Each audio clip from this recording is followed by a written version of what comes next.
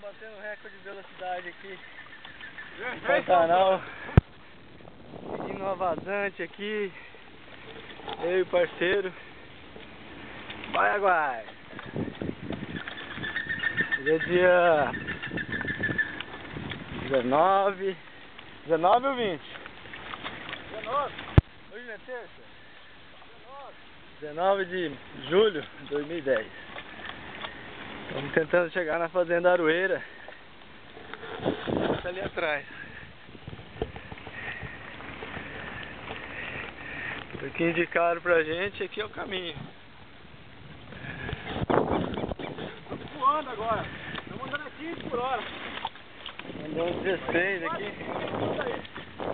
Andando só 7, 8, 9, máximo 12.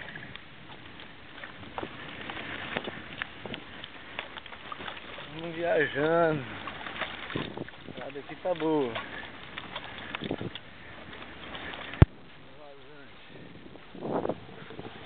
Eu também, pô. Oi?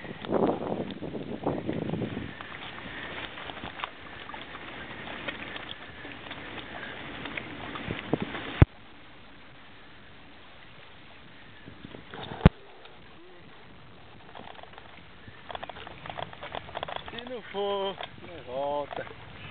Tudo de novo. Se não for, vai ser a primeira vez que a gente tá voltando, né?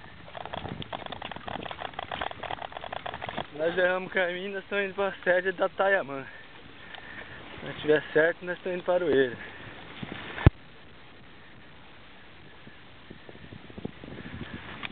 Fazenda Aroeira.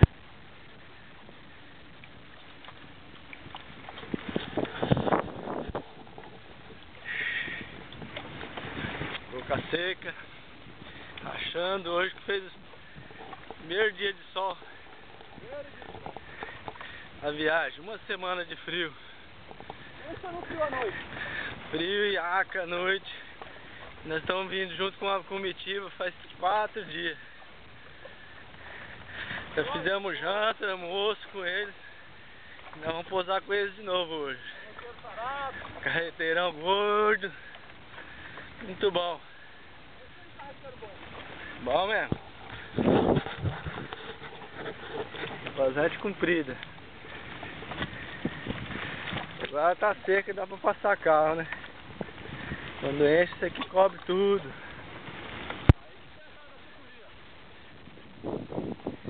É recomendado pra gente. Então até mais. Uou! Desligando. Periquitada.